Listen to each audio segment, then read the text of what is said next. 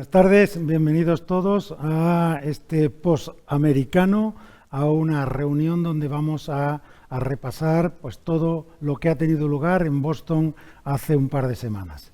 En primer lugar, quiero agradecer a Gilead y a Advance por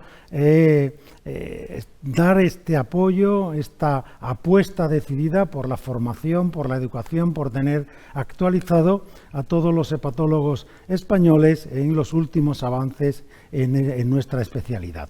Tanto la doctora Belén Vendrell como Cristina de Álvaro, cada una en cada una de sus respectivas empresas, dan el do de pecho para que esto funcione. Y no podía hoy, inaugurando estas jornadas, dejar de agradecer doblemente a Belén Vendrell, ahora que se jubila, su implicación en el desarrollo de todas estas múltiples actividades que hemos llevado a cabo en los últimos años.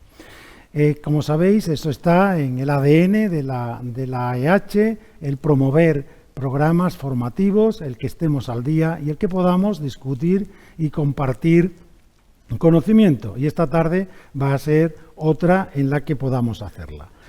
Vamos a dividir la tarde en dos mesas. Una la moderará la doctora Patricia Azpitzueta de Bilbao, catedrática de bioquímica, y el profesor Rafael Bañares, catedrático de medicina del Hospital Gregorio Marañón, y que va a moderar la segunda mesa. Creo que el elenco de profesionales es maravilloso, no solo por su altísima capacidad científica, sino por el empeño y el tesón y el esfuerzo que supone prepararse, hacer un resumen, extraer la savia, todo lo mejor del Congreso americano de este 2023 que tuvo lugar en Boston. Yo ya no me enrollo más. Muchísimas gracias a todos los que estáis conectados, gracias a los moderadores y a los ponentes, porque seguro que nos van a hacer disfrutar durante toda la tarde. Muchísimas gracias. Empezamos. Muy buenas tardes. En esta primera sesión queremos recoger un poco el resumen de lo que han sido las charlas que se han dado sobre esteatosis hepática metabólica, complicaciones vasculares y fibrosis, y además sobre hepatitis víricas y autoinmunes. Entonces, tenemos tres ponentes y en un primer lugar, Anabel Fernández del IDIVAPS en Hospital Clínic nos va a hablar de la esteatosis hepática metabólica y complicaciones derivadas.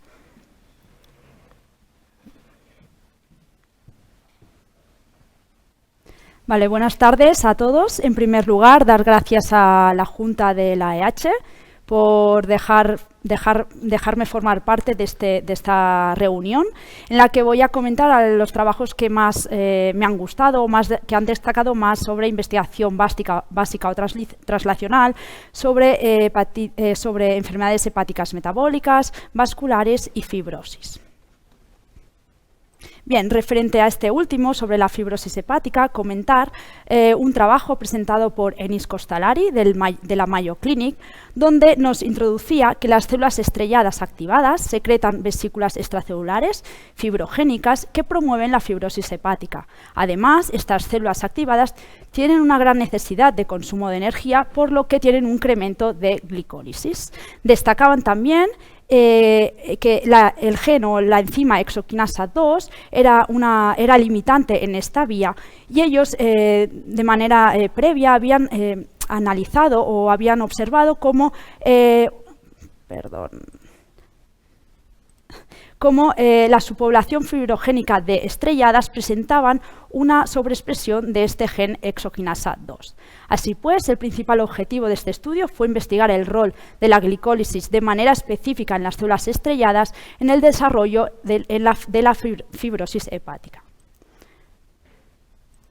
Para ello, primero de todo, inhibieron la glicólisis generando un knockout específico en la célula estrellada de exoquinasa 2, y a estos ratones se les indujo fibrosis hepática utilizando tetracloruro de carbono, y observaron cómo efectivamente aquellos ratones en los que se les había inhibido la glicólisis, específicamente en las células estrelladas, presentaban una menor fibrosis hepática. De la misma manera, se observó que estos ratones con una deleción de exoquinasa 2 presentaban una desactivación de estas células, evaluado por la expresión de colágeno 1.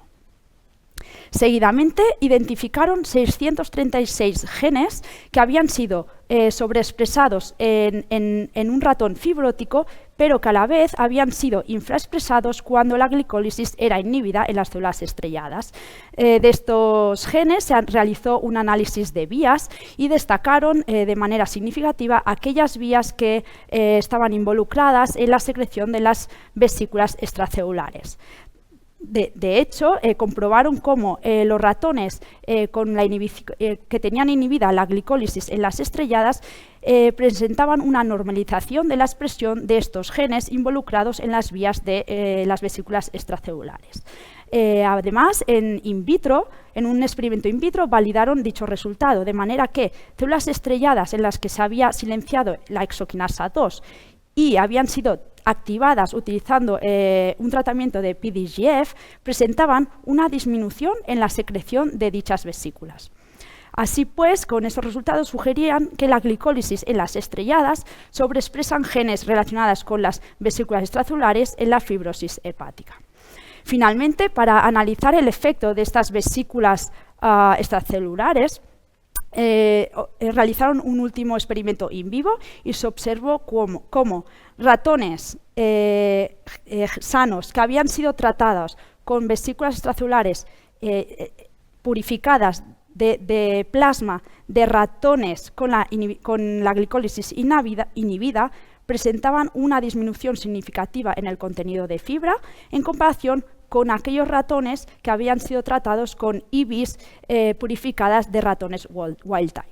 Así pues, en este primer estudio se concluyó que la glicólisis promueve el desarrollo de fibrosis hepática mediante activación de la formación de vesículas extracelulares y que representa una potencial estrategia terapéutica para la fibrosis hepática. Siguiendo con la fibrosis hepática, pero en este caso en un modelo de MASH, Souradipta Ganguly de la Universidad de California nos introducía que los macrófagos son reclutados en el hígado durante la progresión de MASH, incluyendo aquellos macrófagos que están asociados a lípidos TREM2 positivos. Además, en estudios previos habían identificado macrófagos resolutivos que favorecían la regresión de la enfermedad. Por lo tanto, los objetivos principales de este estudio fue caracterizar la heterogeneidad de los macrófagos durante la regresión de MASH y también estudiar el rol funcional de TREM2 durante esta regresión. Para ello, utilizaron ratones FOD que al cabo de 8 o 12 semanas con una dieta alta en grasa desarrollaban MASH, y un grupo de estos ratones se les eliminaba o quitaba esta dieta alta en grasa de manera que regresionaban la enfermedad. Evaluaron la población de diferentes monocitos y macrófagos y observaron cómo aquellos ratones que habían tenido una regresión presentaban diferentes perfiles de estas poblaciones, y concretamente se observó cómo en los ratones que habían regresionado presentaban un aumento en la población de macrófagos asociados a lípidos o LAM y un aumento en los monocitos que derivan a Kupffer cells. Después de estos resultados se preguntaban dónde o cuáles eran los macrófagos resolutivos en MASH. Así pues, analizaron la expresión de diferentes genes que anteriormente en estudios habían denominado como resolutivos y observaron cómo únicamente en las poblaciones de LAM o de monocitos que derivan a Kupffer cell, muchos de estos genes resolutivos aumentaban su expresión. De esta manera sugerían que las poblaciones de LAM y de monocitos Kupffer cell serían los macrófagos resolutivos en MASH. Como estas dos poblaciones son TREM2 positivos, realizaron un último estudio donde noquearon el gen TREM2 y siguieron el mismo protocolo de MASH y de regresión. Observaron cómo aquellos ratones en los que se había deplecionado TREM2 no eran capaces de regresionar como lo hacían los wild type, como podemos observar en la esteatosis y también en la fibrosis hepática, aunque no habían diferencias en la activación de las estrelladas evaluado por la expresión de colágenos 1 y el colágeno 1 y el 3. Finalmente, también pudieron observar cómo los que habían sido los ratones que tenían TREM2 deplecionado no eran capaces de mantener la actividad de la colagenasa, sugiriendo pues que TREM2 es necesario para la degradación de la matriz extracelular. Por ello concluyeron que los macrófagos asociados a lípidos se expanden y junto a los monocitos que derivan a Kupffer cells actúan como macrófagos resolutivos y que TREM2 protege frente a la progresión de MASH y promueve la resolución de la enfermedad regulando diferentes vías de señalización en los macrófagos. Siguiendo en la enfermedad de MASH, Daniel Kim, también de la Mayo Clinic, nos comentaba que aunque hay indicios y se sabe que las células T CD4 positivas pueden contribuir al desarrollo de la enfermedad, este rol no está bien definido. El mismo grupo había identificado que en MASH el hígado está enriquecido por células con un fenotipo TH1, es decir, que secretan citoquinas proinflamatorias como interferón gamma. Con estos antecedentes, el principal objetivo del estudio fue caracterizar el rol de estas células en el desarrollo de MASH en un modelo preclínico. Para ello, deplecionaron las células T CD4 positivas en ratones y estos fueron alimentados con una dieta alta en grasa, colesterol, fructosa y glucosa para desarrollar la enfermedad la enfermedad de MASH. Después de evaluar diferentes parámetros, se observó cómo los ratones con depleción de células CD4 no presentaron cambios a nivel del metabolismo lipídico o de lipídico, por ejemplo, no hubieron cambios en el peso corporal y tampoco en la esteatosis. Sin embargo, estos sí que presentaban mejora en el daño hepático. De la misma manera, estos ratones con depleción de las células CD4 mostraron una desactivación de las células estrelladas, evaluado por la expresión del marcador alfa-SMA, que correspondía con un descenso de la fibrosis hepática y medido o analizado por la tinción de Siu-Red, así como menor cantidad o niveles de colágeno evaluado por los niveles de hidroxiprolina. Para entender el motivo de esta mejora, analizaron la microbiota intestinal y observaron cómo el ratio de firmicutes y bacteroidetes disminuía en aquellos ratones knockouts, de manera que sugerían que la depleción de estas células T CD4 positivas mejorarían la disbiosis intestinal. Finalmente, realizaron un análisis exhaustivo a nivel génico de ratones wild type, MASH wild type y MASH con deplecionado de las células CD4 positivas y observaron que muchos genes que estaban infraexpresados estaban asociados a fibra, también eran muchos citoquinas proinflamatorias como interleuquina 12 y CCL19. Así pues, concluían que la depleción de estas células mejora el daño hepático, la fibrosis hepática, la inflamación en un modelo preclínico de MASH y también mejora la disbiosis intestinal. Y postulan que futuros análisis transcriptómicos revelarán nuevas dianas terapéuticas para abordar las respuestas mediadas por estas células T en el desarrollo de MASH.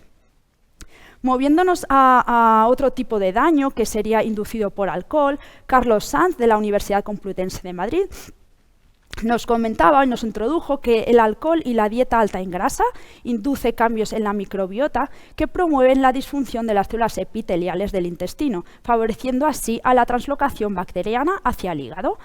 Por otro lado, nos hablaba sobre XBP1, que es un factor de transcripción que regula la respuesta de retículo endoplásmica al estrés. Sobre este factor de transcripción, anteriormente se había descrito cómo la depleción de en estas células epiteliales del intestino favorecían o aumentaban el estrés de retículo y también aumentaban la inflamación en el propio intestino. Y el mismo grupo de Madrid anteriormente había demostrado cómo animales o ratones con daño hepático por ingesta de alcohol, aquellos que presentaban una deleción o del gen XBP1 en el intestino tenían mayor daño hepático evaluado por niveles de transaminasas, también una mayor esteatosis y una mayor muerte celular. Por tanto, el principal objetivo de este estudio fue estudiar el rol de XBP1 intestinal en un modelo preclínico de MUSCLE-D.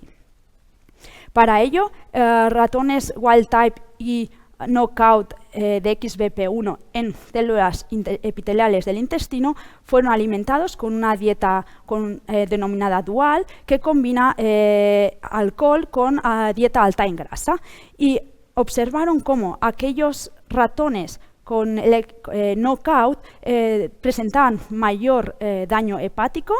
Como podéis ver, hay un mayor nivel de transaminasas, también una inflamación incrementada y una activación de las células estrelladas, lo que correspondía o se traducía a un aumento en la esteatosis y también en la fibrosis hepática. Para poder estudiar o saber el motivo de este empeoramiento, analizaron diferentes parámetros relacionados con la translocación bacteriana, como sería niveles de LPS en el hígado, expresión de toll-like receptors como el 9 y diferentes familias de bacterias consideradas como dañinas. Y efectivamente, los ratones que tenían noqueado XBP1 en las células del intestino presentaban mayores niveles o expresión. Y esto correspondía o podía ser debido a un aumento en la permeabilidad de la barrera intestinal determinado por un descenso de la expresión de mucina 2 y de ZO1. Así pues, al final quisieron demostrar que este empeoramiento sí podía ser revertido con un tratamiento de varios antibióticos. Y como podéis observar, efectivamente estos ratones knockout tratados con este cóctel de antibióticos mejoraban o reducían la esteatosis, así como la fibrosis hepática. Por tanto, pudieron concluir que XBP1 intestinal tiene un papel protector para la fibrosis e inflamación hepática en este modelo preclínico de MASH, que esta depleción de XBP1 aumenta la translocación bacteriana al hígado seguramente por una reducción de mucina 2 y ZO1, y que el tratamiento de antibióticos podría revertir este daño hepático inducido por MASH cuando XBP1 está deplecionado en el intestino. Cambiando un poco de visión, me gustaría comentar dos últimos estudios referentes al componente vascular sinusoidal, o más específicamente a las células endoteliales sinusoidales. El primero de ellos fue presentado por Samar Ibrahim de la Mayo Clinic. En este nos introducía que en MASH las células endoteliales sinusoidales o LSEX presentan alteraciones estructurales y funcionales, lo que se denomina como lipotoxic endoteliopathy, que está caracterizada por un aumento de secreción de quimiocinas y moléculas de adhesión que promueven la inflamación hepática, y también por disfunción de estas células que culmina con el desarrollo de cirrosis e hipertensión portal. Este mismo grupo había identificado la proteína o el gen GSK3 y la había relacionado con la migración transendotelial y también con moléculas de adhesión. Y efectivamente ellos mismos comprobaron que GSK3 está activada en célula endotelial sinusoidal en condiciones lipotóxicas, por ejemplo, utilizando células primarias humanas o una línea celular de ratón, que tras la inducción o tras el tratamiento de ácido palmítico aumentaban la expresión de dicha molécula. Y también, de manera importante, identificaron un aumento de GSK3 en los pacientes con MASH. Así pues, el principal objetivo fue estudiar el papel de GSK3 endotelial en el desarrollo de MASH utilizando un modelo preclínico. Para ello utilizaron dos modelos preclínicos de MASH inducidos por diferentes tipos de dietas y diferentes tipos de inhibición de GSK3, ya sea farmacológica o genética.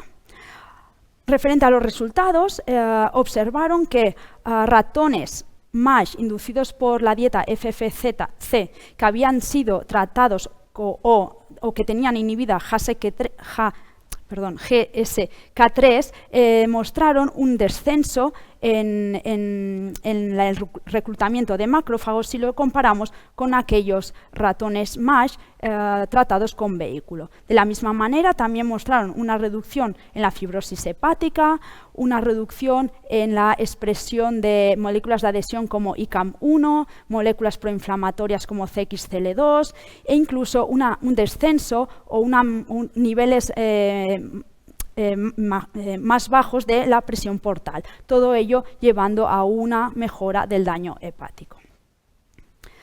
Utilizando el otro modelo preclínico y el otro inhibidor farmacológico, demostraron también que estos ratones tenían un menor reclutamiento de neutrófilos y, de manera importante, al analizar a la población de células inmunes, observaron cómo cuando se inhibía GSK3 estas poblaciones cambiaban y, de manera como ejemplo, se vio un descenso de número de macrófagos proinflamatorios. Todo ello sugiriendo que la inhibición de GSK3 podría reducir la infiltración de células mieloides. Finalmente, para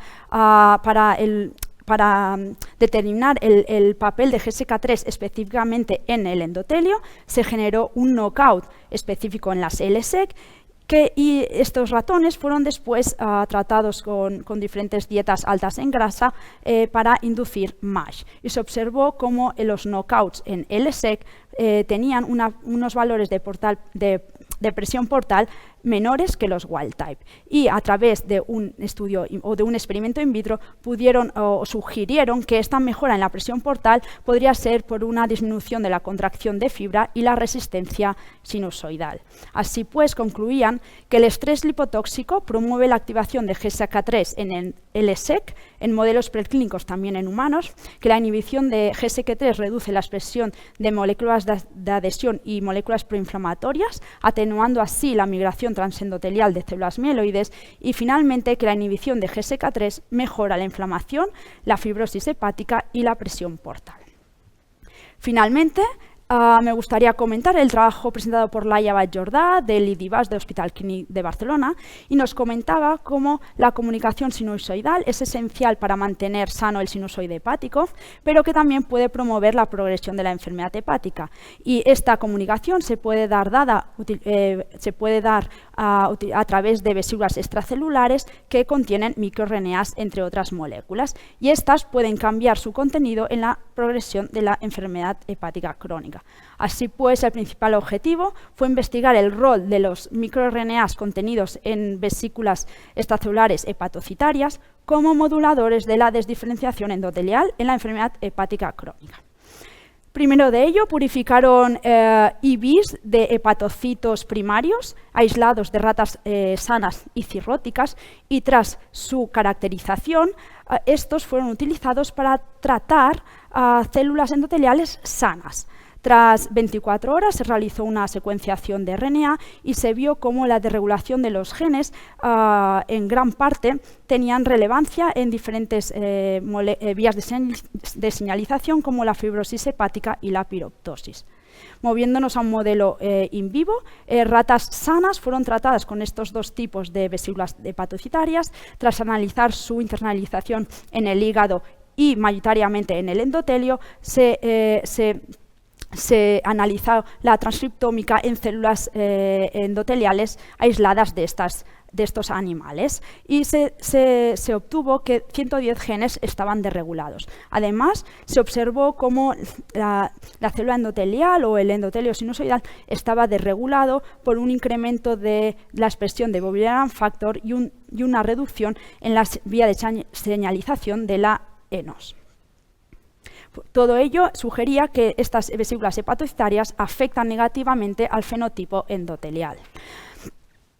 Posteriormente analizaron el contenido de microRNAs que vesículas hepatocitarias contenían, y cabe destacar que estas vesículas, para dar mayor translacionabilidad al proyecto, los hepatocitos eran aislados de pacientes controles o cirróticos, y se obtuvo una sobreexpresión del microRNA A y B. Esta sobreexpresión se validó en una célula endotelial cirrótica aislada de un modelo preclínico. Para analizar el efecto directo de estos microRNAs en la célula endotelial, la célula endotelial fue transfectada con estos dos microRNAs, y tras analizar la transcriptómica se observó cómo efectivamente la célula sana con una sobreexpresión de microRNA B tenía un perfil similar a aquellas endoteliales cirróticas. Y estos genes estaban involucrados en vías de señalización de fibrosis hepática y de piroptosis. Así pues, se analizó la piroptosis en la enfermedad hepática crónica, tanto en modelo preclínico en tejido total o en célula endotelial aislada, observando una sobreexpresión de moléculas importantes de esta vía, así como se observó que un 35% de genes relacionados con la vía de la piroptosis estaban desregulados en los tejido hepático de pacientes cirróticos. Así pues, la piroptosis estaba activada en la enfermedad hepática crónica. Finalmente, ya para finalizar, realizaron un experimento para evaluar el efecto directo del microRNA B en la piroptosis. Así pues, sobrecargaron vesículas hepatocitarias con este microRNA B, y estas vesículas se utilizaron para tratar células endoteliales sanas. De manera que estas células que habían sido tratadas con vesículas cargadas de microRNA B presentaban un aumento en la expresión de caspasa-1 y gasdermin, dos moléculas importantes en la vía de la piroptosis. Así pues, pudieron concluir que el contenido de las vesículas hepatocitarias cambia durante la progresión de la enfermedad crónica, que sobreexpresando microRNA B y contribuyendo a la diferenciación endotelial, que la sobreexpresión de este microRNA B promueve la activación de la piroptosis y contribuye directamente a la desdiferenciación endotelial en la enfermedad hepática crónica, y que tratamientos dirigidos a la vía de señalización microRNA B piroptosis representa una nueva opción terapéutica para la enfermedad hepática crónica. Muchas gracias. Hasta aquí mi granito de arena en esta reunión. Muy bien. Gracias. Anabel, pasaremos luego a la parte de la discusión con las preguntas, y entonces ahora nos va a hablar Judith Gómez del Hospital de Burgos, Universitario de Burgos, sobre esteatosis hepática metabólica, pero desde un punto de vista más clínico.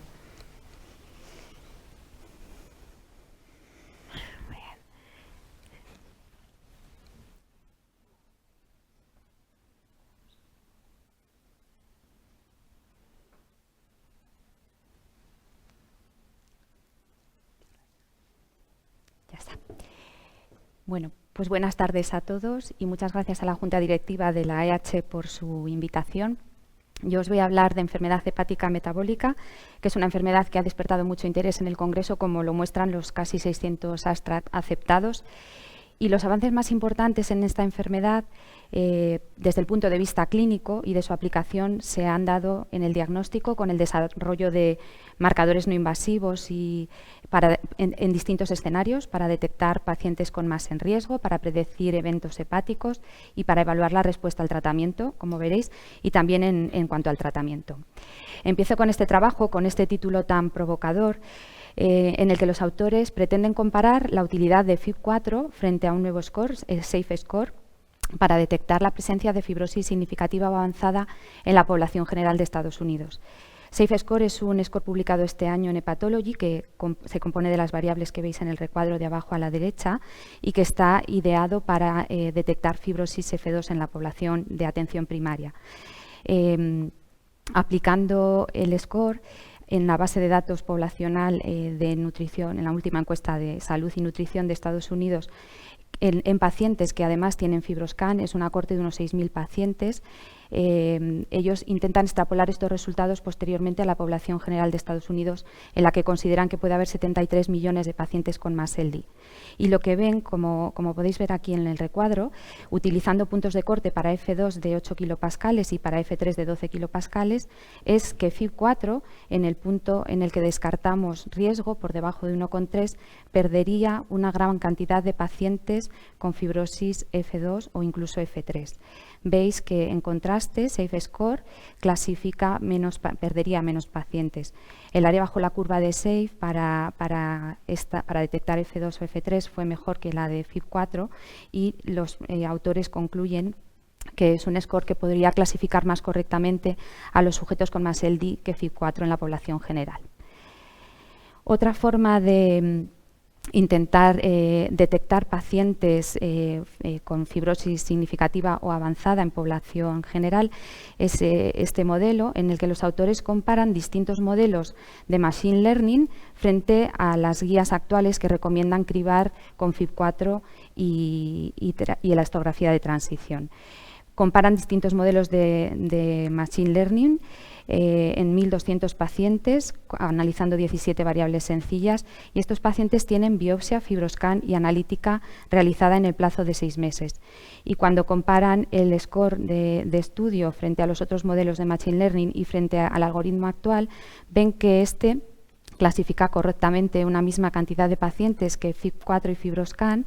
También tiene un porcentaje similar de pacientes de riesgo intermedio o indeterminado y, más interesante, parece clasificar erróneamente menos pacientes como pacientes de bajo riesgo. Por lo tanto, ellos sugieren que hacer un modelo que se puede calcular en un solo paso, basado en la analítica y en parámetros clínicos, más barato y más fácil de acceder, podría suplir también al actual FIB4 fibroscan de las guías.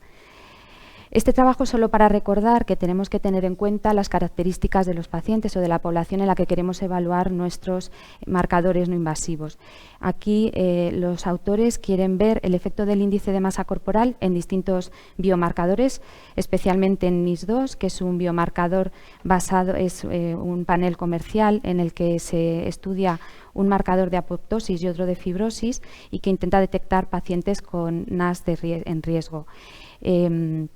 Y lo que ven utilizan una cohorte de estudio del ensayo de la Fibranor, y lo que hacen es, de estos 900 pacientes, hacer un ajuste por todas las variables que podrían ser de confusión: edad, sexo, factores metabólicos e histología, de manera que aíslan 4 grupos que son homogéneos en todas estas variables y que difieren únicamente en su índice de masa corporal. Y cuando evalúan los distintos marcadores de fibrosis en estos grupos de índice de masa corporal, ven que NIS, ELF, APRI y FIB4, perdonad, es que no veo, que ELF, FIB4, APRI y NIS2 no se ven afectados por el índice de masa corporal, y sin embargo NAFLD Fibrosis Score sí, igual que la albúmina, que decrece a medida que aumenta el índice de masa corporal, y también fibroscan, que en su punto en el grupo de pacientes con esteatosis, con índice de masa corporal de obesidad grado 3, presenta valores significativamente mayores. De todos los biomarcadores que estudian, NIS2 tiene las mejores áreas bajo la curva en todos los grupos de índice de masa corporal, y los autores sugieren con estos resultados que necesitamos hacer algún ajuste en los puntos de corte de algunos biomarcadores en función del índice de masa corporal, por ejemplo, en NAFLD Fibrosis Score y en la elastografía de transición. En el siguiente estudio, en el que participan compañeros nuestros españoles, los autores quieren evaluar como segundo test un marcador basado en la metabolómica, que es MASEF. Ellos criban 310 pacientes y, tras pasar FIB4, veis que queda una zona gris de más o menos un 45% de los pacientes.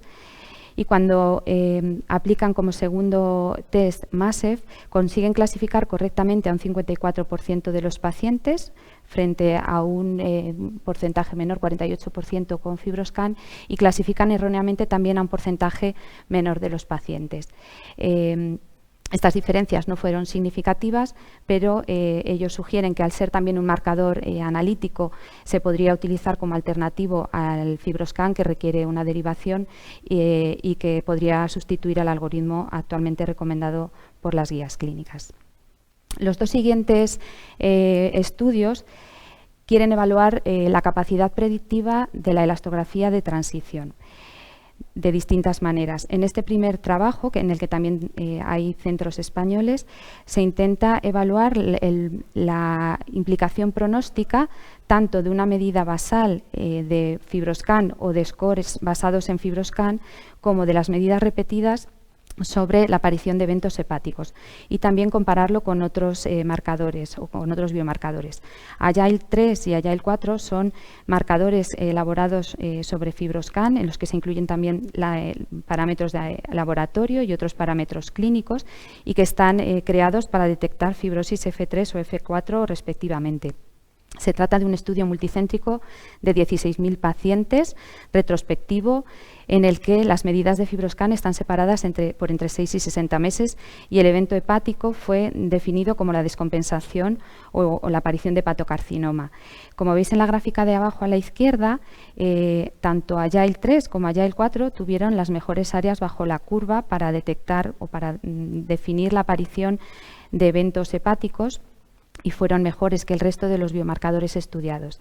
Y tanto la medida basal, que clasifica a los pacientes en bajo, intermedio o alto riesgo, y como veis se asocia con la incidencia de eventos hepáticos posteriores, como las medidas repetidas, y en este caso un aumento de más de un 30% en las medidas posteriores, consiguen predecir la incidencia de eventos hepáticos en esta población. Por lo tanto, parece que los marcadores basados en FibroScan pueden ser muy útiles para predecir los eventos hepáticos a largo plazo, y que nos podrán ayudar en nuestra práctica clínica. Este otro estudio compara el valor predictivo de la elastografía frente a la evaluación de la fibrosis de manera histológica, y compara el FibroScan FAST, que es otro score que incluye también CAP y GOT, Agile 3 y Agile 4 con la histología. El endpoint primario del estudio fue la mortalidad de cualquier causa, la descompensación, la aparición de hepatocarcinoma, trasplante o MEL igual o mayor de 15, y es un metaanálisis de datos individuales de más de 2.000 pacientes. Los pacientes tenían una biopsia y un FibroScan realizados en 6 meses, y compararon cada marcador frente a la histología con un área bajo la curva tiempo dependiente. Como podéis ver en las gráficas, la histología en negro y los marcadores basados en la elastografía, FibroScan, Agile 3 y Agile 4, tuvieron una utilidad muy parecida a la de la histología en la definición del riesgo de eventos en estos pacientes. Únicamente FAST, probablemente porque detecta pacientes menos avanzados con fibrosis F2, y porque además tenían menos tiempo de seguimiento, no resultó útil para la predicción de los eventos. Y esta es la otra utilidad de los biomarcadores, que yo creo que tiene mucho interés para el futuro, puesto que habrá más ensayos clínicos, muchos pacientes, y el objetivo de este trabajo fue evaluar la correlación entre marcadores no invasivos con la respuesta histológica en este ensayo de resmetirón, en el que los endpoints primarios serán histológicos: resolución del NAS sin empeoramiento de la fibrosis o disminución de un estadio de fibrosis sin empeoramiento del NAS.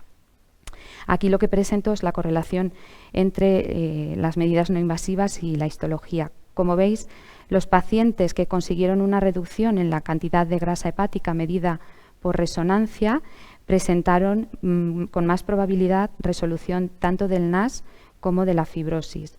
Igualmente, los pacientes que consiguieron un aumento de más de un 120% en las globulinas fijadoras de hormonas sexuales, que son un indicador de afinidad por la diana, al final de eficacia del fármaco, también se asoció con una mayor resolución del NAS y de la fibrosis. Por lo tanto, en función del fármaco, y seguramente habrá biomarcadores que puedan predecirnos sin necesidad de biopsia qué pacientes responden al fármaco. El último trabajo sobre diagnóstico es este que me ha parecido muy simpático, que trata de definir la presencia de fibrosis avanzada en familiares de primer grado de pacientes en nuestra consulta, puesto que sabemos que estos familiares pueden tener hasta un 15% de riesgo de tener fibrosis avanzada. Es un estudio hecho en la Universidad de San Diego y validado en la de Helsinki, con 240 pacientes y casi 400 familiares, en los que en la cohorte de estudio se determinan 4 variables: edad, diabetes, obesidad e historia familiar de fibrosis avanzada, que en la cohorte de validación veis que presentan un área bajo la curva de 0,94 para la predicción de fibrosis avanzada en los familiares de primer grado. Los autores proponen este algoritmo en el que, asignando una puntuación a cada variable, los familiares que tengan 4 o más puntos sean sometidos a una evaluación de la fibrosis por un método no invasivo.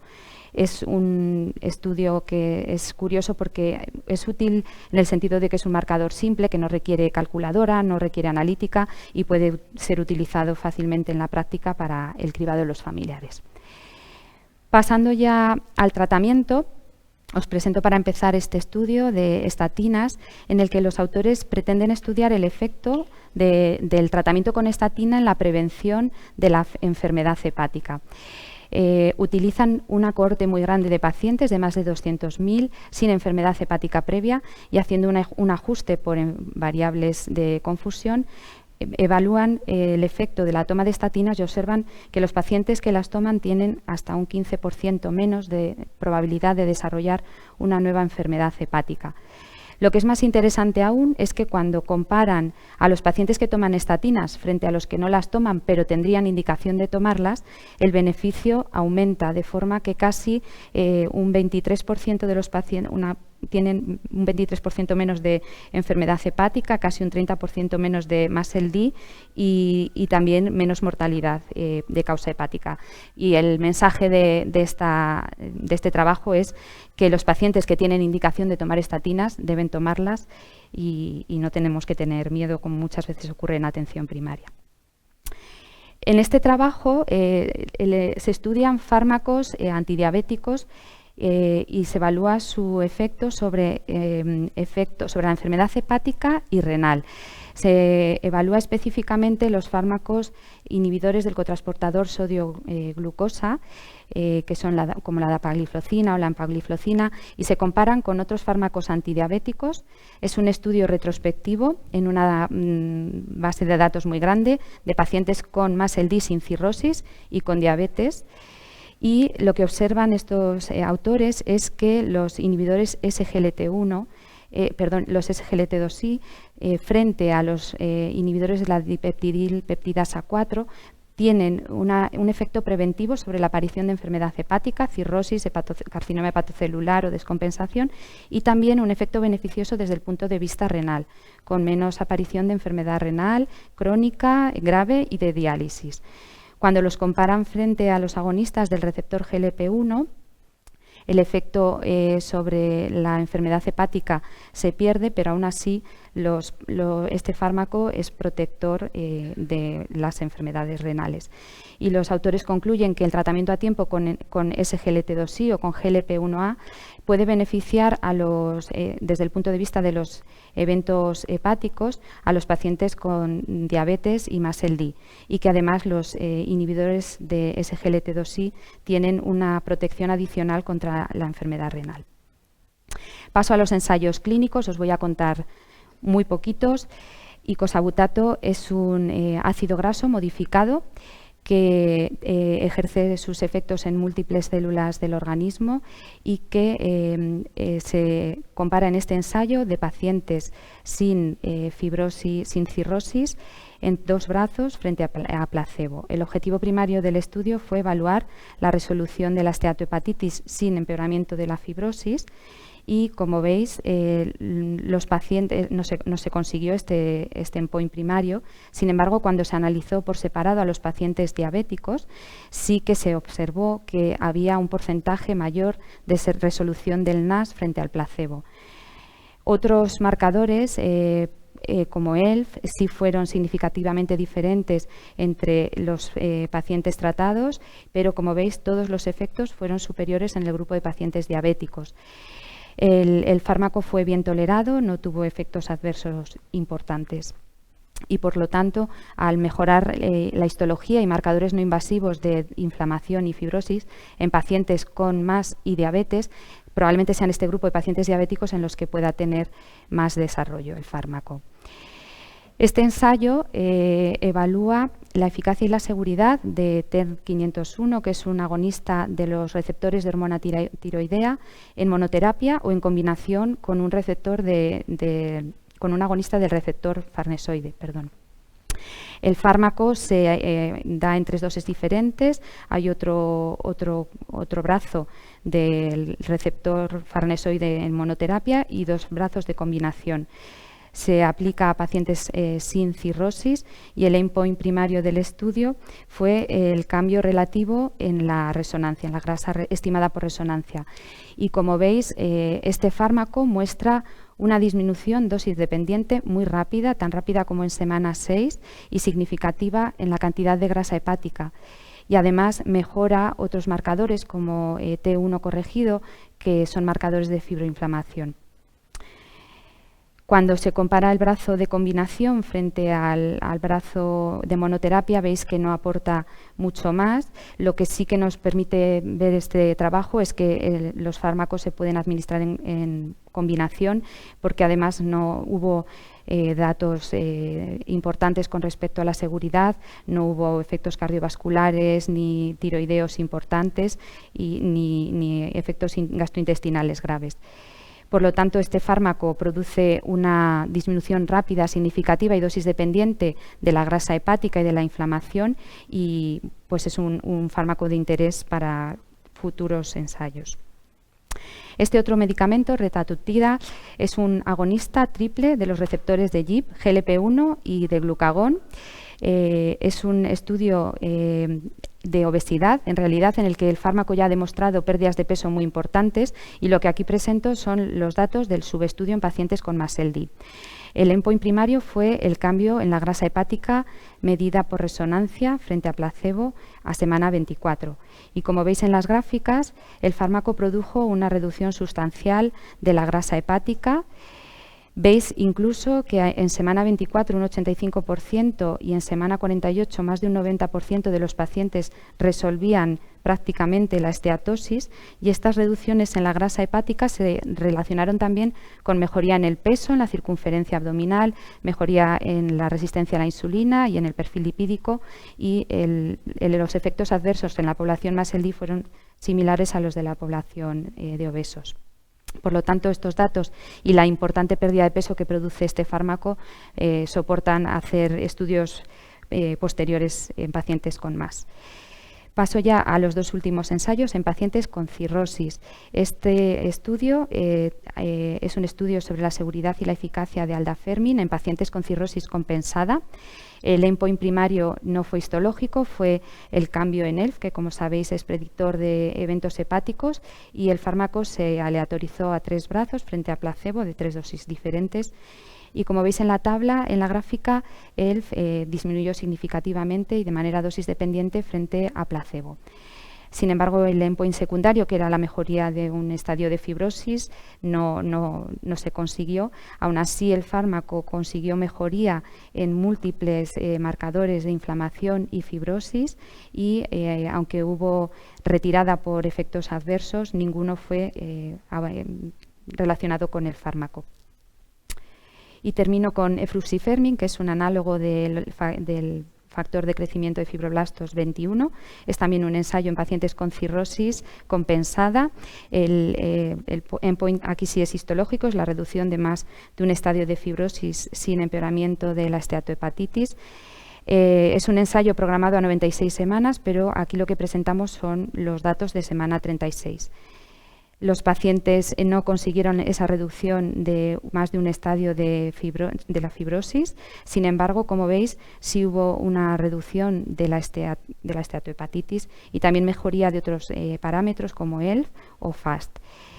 Por lo tanto, con un perfil de seguridad también bueno en pacientes con cirrosis. Por lo tanto, bueno, pues tenemos ya tratamientos cerca para los pacientes con cirrosis. Y este es el último estudio Es un estudio de cirugía bariátrica. El objetivo fue evaluar el efecto de la respuesta histológica en la evolución a largo plazo de los pacientes operados. Es un estudio en 3.000 pacientes en la cohorte de Lille. De ellos, todos tienen la biopsia basal. Un 8% de los pacientes tienen esteatohepatitis y casi un 10% tienen fibrosis. Y al año de la cirugía tienen 700 y pico pacientes en los que pueden evaluar la presencia de esteatohepatitis y fibrosis y casi 600 en los que pueden evaluar la fibrosis. Y el objetivo primario del estudio fue evaluar el efecto de la resolución del MAS sobre la evolución a largo plazo de la fibrosis. Lo que os cuento en esta diapositiva seguramente nos va a sorprender, y es que los pacientes que no tenían esteatohepatitis en la biopsia basal y los que no tenían fibrosis en la biopsia basal tenían una mejor supervivencia que aquellos que la tenían a largo plazo. Pero tras la cirugía, la resolución del MAS sin empeoramiento de la fibrosis se asoció con mejoría del índice de masa corporal, de las enzimas hepáticas y de la histología, tanto de la esteatosis como de la fibrosis. Y la resolución del MAS sin empeoramiento de la fibrosis mejoró la supervivencia de los pacientes frente a aquellos en los que progresaba la esteatohepatitis o la fibrosis. Lo más importante es que la supervivencia de estos pacientes en los que se resuelve el NAS al año de la cirugía tienen una supervivencia muy similar a la de los pacientes que no tenían MAS al inicio. Por lo tanto, esta mejoría en la esteatohepatitis, que conlleva posteriormente una mejoría en la fibrosis, es un factor predictivo de supervivencia a largo plazo. Y con esto termino. No os he hecho diapositiva de conclusiones. Creo que la conclusión es que es un campo muy interesante, que tenemos mucho que investigar y que seguiremos aprendiendo en los próximos años. Gracias. Muy bien, muchas gracias, Judith. Luego pasaremos a las preguntas. Y bueno, ahora Matías Estevez de Almería nos va a hablar sobre hepatitis víricas y autoinmunes. Bueno, voy a ir abriendo la presentación.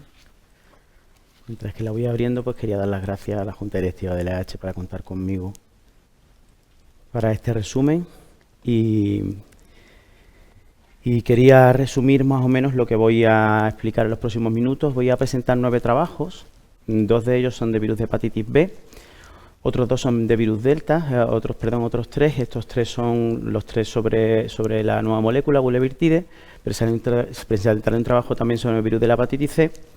Y aunque la segunda parte de la charla es sobre hepatitis autoinmunes, de naturaleza autoinmune, es verdad que nos ha presentado grandes trabajos con novedades clínicas sobre hepatitis autoinmune, pero sí bastante sobre CBP. Por lo tanto, hablaré más bien de CBP en un trabajo tipo póster y 2 presentaciones orales que se hicieron. El primer trabajo que presento es este trabajo sobre un ensayo en fase 2B en bepirovirsen, en este caso asociado a interferón pegilado. El bepirovirsen es un oligonucleótido de sentido inverso que actúa sobre el RNA del virus B, el mensajero y también pregenómico, y esto lo que hace es reducir la síntesis proteica viral y también, por tanto, reduce el antígeno de superficie. Además de ello, reduce el DNA del virus B y estimula el sistema inmune por mecanismos como la vía del receptor del tipo TOL8. Hay un estudio previo a este en el cual se utiliza el bepirovirsen pero sin interferón pegilado, en el cual, administrándolo durante 12-24 semanas, se obtuvo una respuesta del 3-9% a las 24 semanas de la suspensión. Es una molécula que se administra de forma subcutánea semanalmente y el diseño del estudio es el que presento en esta diapositiva. Son pacientes que presentan ya una respuesta previa a análogos con transaminasas bajas, con DNA bajo también. La mayoría de los pacientes tenían un antígeno en superficie por encima de 100 y eran pacientes que permitían, por su analítica y sus antecedentes, el uso de interferón pegilado. Lo que se hizo fue, en el brazo 1, dar 24 semanas de bepirovirsen y en el brazo 2, 12 semanas, y eso se siguió de 24 semanas de interferón pegilado y se analizaron las respuestas a las 24 semanas de la suspensión. El objetivo primario era la indetectabilidad del antígeno S y del DNA de forma mantenida en estas 24 semanas posteriores. Las características basales de los pacientes son las que se presentan en la diapositiva. Los 2 brazos están equilibrados. Llama la atención que la mitad de los pacientes eran asiáticos y la mayoría de los pacientes presentaban antígeno E negativo y además un antígeno S por encima de 1000. Y estos son los resultados en cuanto al objetivo primario, a la indetectabilidad que comentaba del DNA y del antígeno S. Me interesaría que os fijarais, no sé si se ve el puntero un momentito. Aquí. ¿Se ve? Bueno, que os fijaseis especialmente en las columnas de la derecha de cada uno de los brazos, donde se ve el objetivo en las 24 semanas post-tratamiento, donde se ve que a nivel general en el brazo 1 se obtuvo un 9% de respuesta primaria y en el brazo B se obtuvo un 15%. Cuando se analizó a los pacientes en función del nivel de antígeno HBS que tenían suero, se observó que conforme menor era este nivel, mayor era esa respuesta a las 24 semanas, viendo las barras verdes los pacientes que tenían menos de 3000 y las barras amarillas los que tenían menos de 1000. En estas gráficas de aquí abajo se representan en el brazo 1 y en el brazo 2 la totalidad de los pacientes que habían tenido respuesta a bepirovirsen. Pues bien, de todos estos lo que se vio es que el 58% de los pacientes mantenían esa respuesta cuando se mantenían en tratamiento con interferón pegilado, posteriormente perdiéndose un poco y habiendo más recidivas. Lo más interesante de esto es ver que el interferón lo que hace es mantener la respuesta del bepirovirsen, sobre todo cuando se compara con el estudio BeClear previo que se señala con la gráfica azul, donde rápidamente caía esa respuesta al no haber posteriormente un fármaco como el interferón. Se observaron en los dos brazos picos de hipertransaminasemia en un 40% de los pacientes. Se produjeron tanto en la primera fase como en la segunda fase. En la primera fase con bepirovirsen, estos picos de hipertransaminasemia característicamente se asociaron a descensos en los niveles de HBS, probablemente en relación con esta activación inmune de la que antes estábamos hablando. El perfil de seguridad es el que se representa en la gráfica. Hubo muchos efectos adversos. La mayoría de ellos relacionados con el tratamiento, pero en general los efectos adversos graves fueron solamente de un 7% y relacionados con el tratamiento muy pocos de ellos. Las conclusiones es que bepirovirsen administrado por vía subcutánea durante 24 semanas o 12 semanas seguido de interferón durante 24 semanas alcanzó el objetivo primario en un 9-15% de los pacientes, con mayor respuesta cuando existía un antígeno HBS bajo. El efecto del interferón se fundamenta en la prevención de la recaída y la seguridad del fármaco era similar a la previamente observada. El segundo trabajo es un trabajo observacional de desarrollo de hepatocarcinoma en pacientes con virus de la hepatitis B que provenían de África, pacientes subsaharianos, porque, como todos sabéis, existe un consenso en el cual todo el mundo está de acuerdo en que los pacientes cirróticos tienen que presentar un cribado ecográfico semestral, pero es verdad que con pacientes no cirróticos y especialmente en pacientes de raza negra, pacientes provenientes de África, existen ciertas discrepancias entre las principales guías. Además de eso, se ha visto que en los últimos años ha aumentado mucho el número de pacientes candidatos a cribado ecográfico según las recomendaciones y según han ido pasando los años, de tal modo que al ser un recurso importante, es importante que definamos bien y delimitemos bien qué pacientes son los que presentan un verdadero riesgo de desarrollo de hepatocarcinoma. Por lo tanto, el objetivo fue estudiar la incidencia y los factores de riesgo para hepatocarcinoma en pacientes subsaharianos y afrosurinamenses con virus B que residían en Europa. Fue un estudio retrospectivo en 7 centros europeos. Se analizaron a 1.473 pacientes en general bastante jóvenes, el seguimiento fue de 8 años, predominio de sexo masculino y predominio de origen subsahariano, y los pacientes con fibrosis avanzada solamente ascendían a un 12% de la cohorte total. Se observaron 34 casos de hepatocarcinoma y entre estos se vio que el hepatocarcinoma se diagnosticó en una edad superior a la media de la cohorte, en un porcentaje de varones también superior al de la media de la cohorte. Los pacientes tenían un DNA superior al de la media de la cohorte y casi todos estaban en tratamiento antiviral cuando se hizo el diagnóstico del hepatocarcinoma. 3 de cada 4 pacientes diagnosticados de hepatocarcinoma tenían una fibrosis avanzada, pero lo interesante de esto es ver que un 25%, por tanto, de los hepatocarcinomas diagnosticados no tenían una fibrosis avanzada. La incidencia acumulada global fue a los 5 años de un 1% y a los 10 años del 2,4%. Y cuando eso se separó en función de los niveles de DNA que tenían los pacientes, se vio que los pacientes con mayor DNA, con DNA por encima de 2000, tenían un mayor riesgo que los pacientes que lo tenían más bajo. Del mismo modo que los pacientes que tenían una fibrosis avanzada tenían de forma aún más significativa mayor riesgo de desarrollo de hepatocarcinoma que los pacientes con fibrosis baja. De tal modo que los pacientes con fibrosis avanzada presentaban a los 5 y 10 años un 7 y un 12% respectivamente comparado con un 0%, un 0,7% a los 10 años de los pacientes sin fibrosis avanzada. Cuando se valoraron las variables que podrían estar independientemente relacionadas con la aparición de hepatocarcinoma, se identificaron la edad, el sexo, las plaquetas bajas, la albúmina baja y los niveles de DNA como posibles predictores en el análisis univariante, y en el multivariante se mantuvieron todos a excepción del sexo masculino. Como todos sabéis, el PAGE-B es un score que se ha desarrollado para ver el riesgo de desarrollo de hepatocarcinoma en pacientes sin cirrosis hepática, analizando las plaquetas, la edad y el género del sujeto. Pues bien, en estos pacientes se observó que a mayor riesgo, es decir, los que se estratificaban como de riesgo alto o intermedio, tenían más riesgo que los de riesgo bajo, que no ascendía ni al 0,5% a los 10 años. Y estos pacientes suponían un 52% de la cohorte, con lo que se concluye que la incidencia acumulada a los 5 y 10 años fue la de los porcentajes que hemos señalado, que el riesgo era menor en pacientes sin fibrosis avanzada y con PAGE-B bajo, y que además la implementación del score PAGE-B puede reducir hasta un 50% el número de pacientes elegibles para el seguimiento ecográfico. Pasando al virus de la hepatitis delta, pues antes de comentar el estudio, recuerdo que es como todos sabéis, es un virus defectuoso que requiere de la proteína de envoltura del virus de la hepatitis B para infectar a los hepatocitos, pero que provoca la forma más grave de hepatitis crónica que conocemos, pudiendo superar, duplicar o triplicar el riesgo de mortalidad en relación a los pacientes monoinfectados con el virus de la hepatitis B. Hasta ahora solamente teníamos el interferón como tratamiento, pero ya tenemos aprobada la bulevirtida por la Agencia Europea, aunque todavía no la tengamos a nuestra disposición, que es un fármaco inhibidor de la entrada y que se administra de forma diaria y por vía subcutánea. El diseño del ensayo que traigo, que es el ensayo, no lo he dicho, el ensayo MIR204, que es un ensayo en fase 2B, es un ensayo con 4 brazos, poco escaso número de pacientes en cada uno de ellos.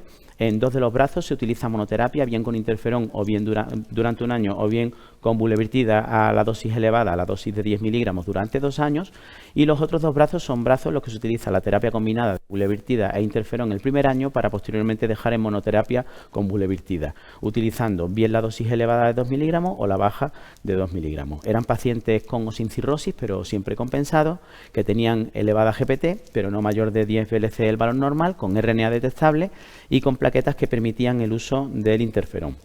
El objetivo primario era ver la indetectabilidad a las 24 semanas tras el fin de tratamiento en cada uno de los brazos, y como objetivos secundarios pues también se analizó el impacto a las 24 semanas de nuevo de la suspensión en la elasticidad hepática y en la normalización de la GPT.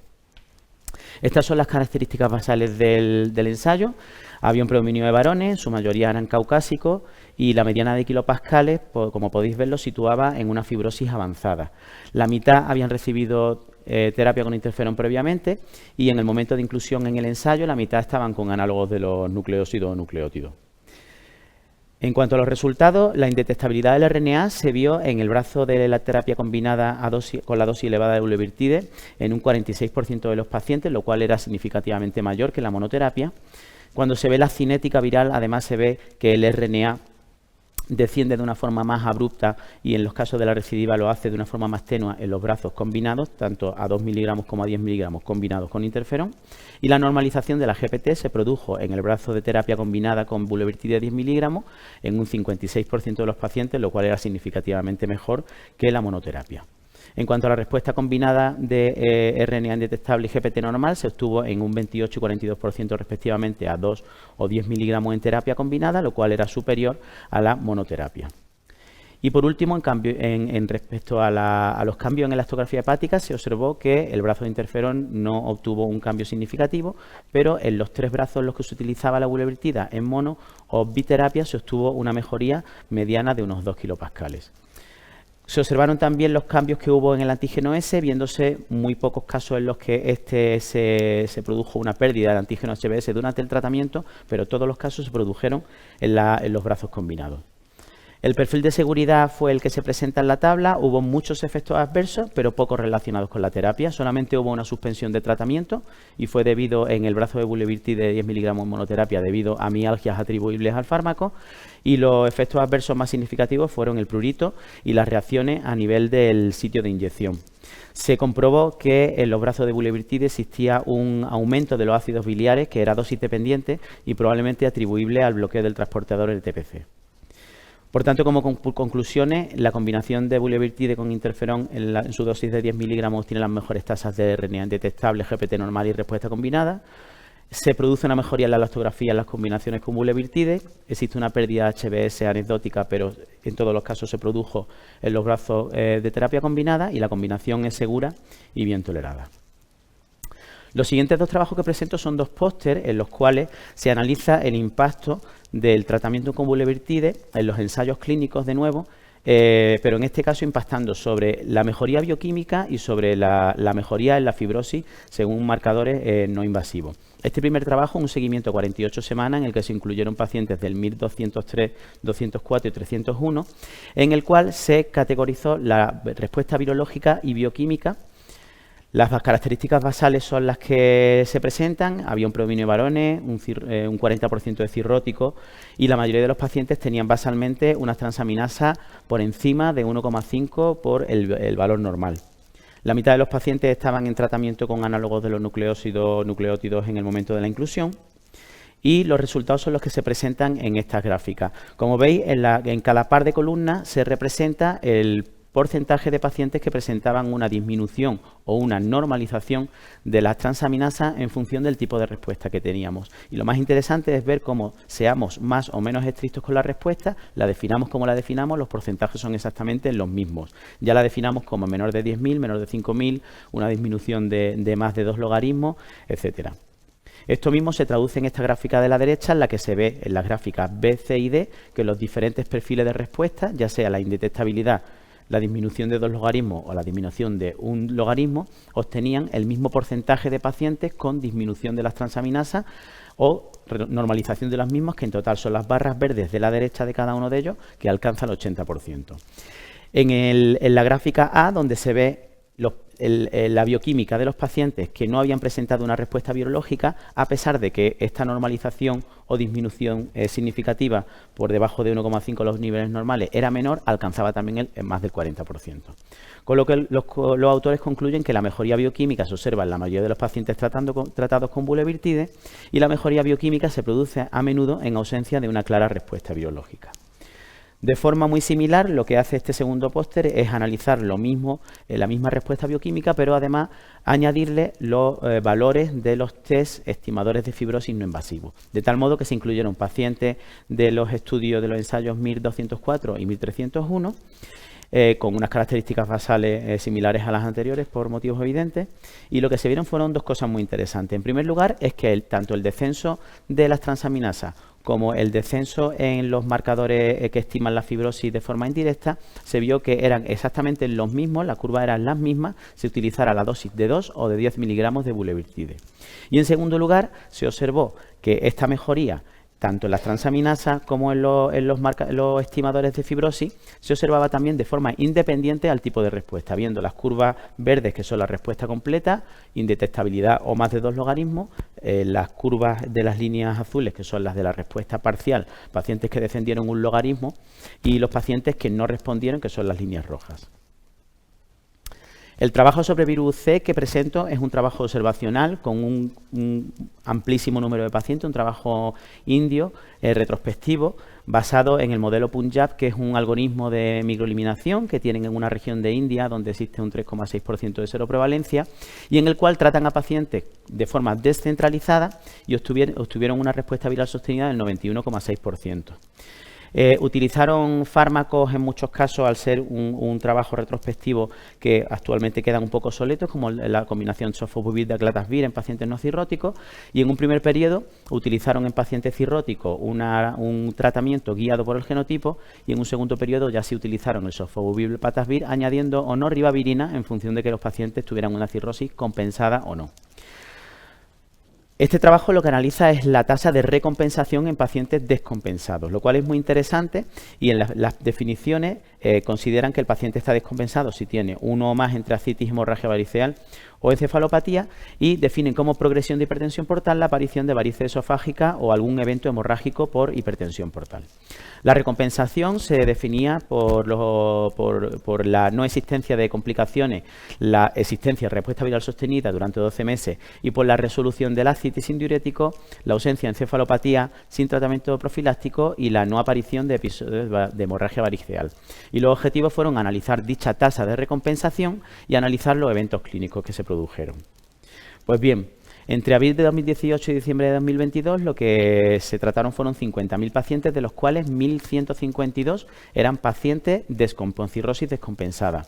De ellos, la gran mayoría, más del 95%, estaban descompensados en forma de ascitis, pero había un 25% de pacientes que habían tenido hemorragia variceal y aproximadamente un 20%, algo menos de un 20%, habían tenido encefalopatía hepática. La tasa de respuesta viral sostenida fue de un 81% en estos pacientes y se relacionó la falta de respuesta con la experiencia previa con otros tratamientos, el child-put y el MEL superiores en el paciente y también la presencia de varices gástricas y varices esofágicas, ya sean grandes o pequeñas. A lo largo del seguimiento se comprobó que la resolución de la ascitis se produjo en un elevado porcentaje de pacientes, pero esa resolución sin requerir finalmente diuréticos se produjo solamente en un 24,3%. No hubo nuevos episodios de hemorragia digestiva varicosa en pacientes que nunca la habían presentado, pero sí una recidiva en un 15% de los pacientes que antes la habían tenido. Y la resolución de la encefalopatía hepática se dio en el 93% de los pacientes que previamente la habían presentado, dando todo ello una tasa global de recompensación que aúna los tres parámetros de un 24,7%. El fallo en la recompensación se relacionó con la presencia de diabetes, de hipertensión y también se relacionó con la bilirrubina y la creatinina más alta, la albúmina y el INR más bajo y, por inferencia de estos parámetros, por el MEL más elevado. Cuando se hizo un seguimiento a más largo plazo, se comprobó que en las curvas de Kaplan-Meier existía una relación entre la supervivencia y la recompensación del paciente, siendo las variables relacionadas con el fallo en la recompensación en el análisis multivariable, la elastografía más elevada, los tratamientos previos fallidos, la presencia de varices esofágicas de alto riesgo y el MEL más elevado.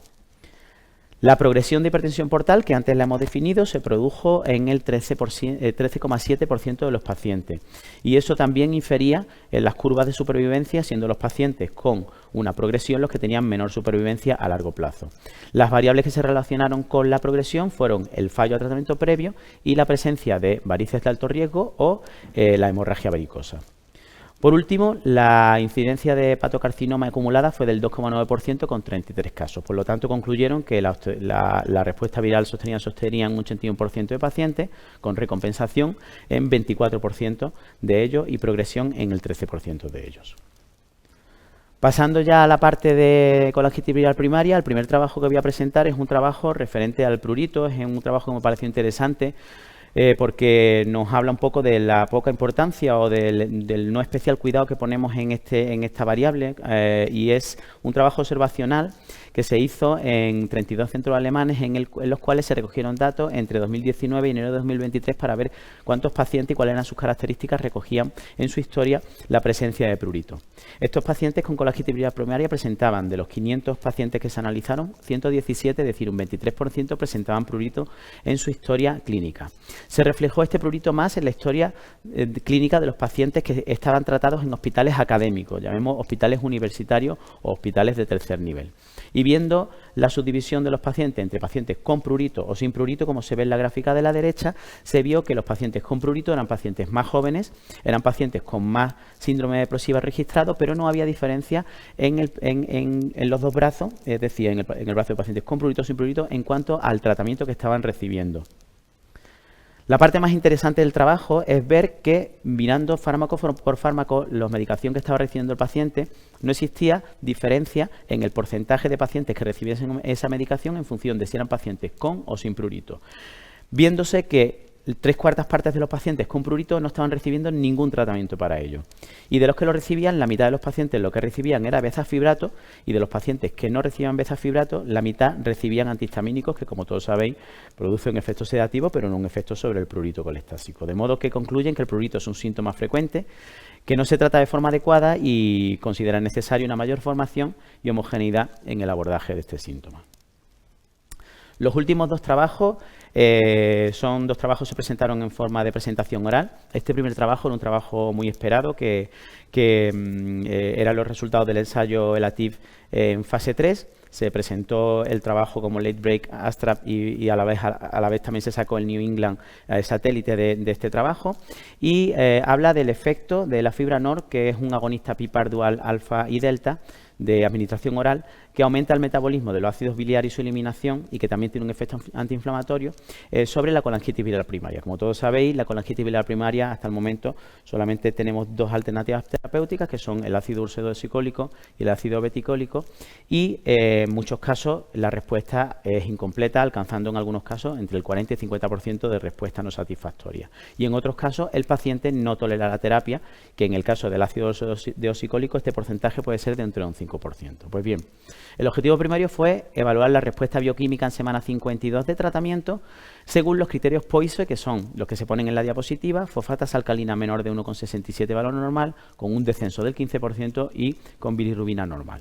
Los objetivos secundarios fueron el análisis de los cambios en las fosfatas alcalinas más allá de esos criterios y la mejoría en el prurito según diferentes escalas.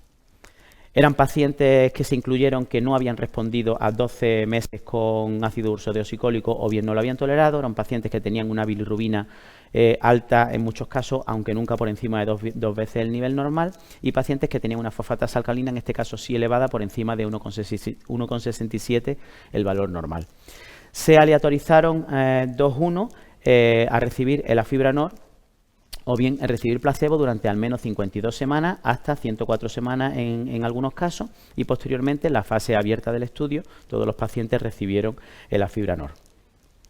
Las características de los pacientes son las que se presentan en esta diapositiva. Destaco que el 40% de los pacientes en ambos brazos tenían las fosfatas alcalinas elevadas hasta 3 veces por encima del valor normal. La gran mayoría de los pacientes eran pacientes que habían tenido una respuesta incompleta a ácido ursodeoxicólico y no eran pacientes que no lo habían tolerado. Y el 40% también de los pacientes presentaban un prurito registrado de moderado a severo en las escalas de prurito.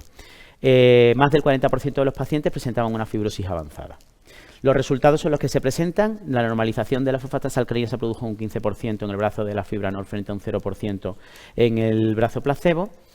La respuesta bioquímica según los criterios POISE fue de un 51% frente a un 4% en el placebo.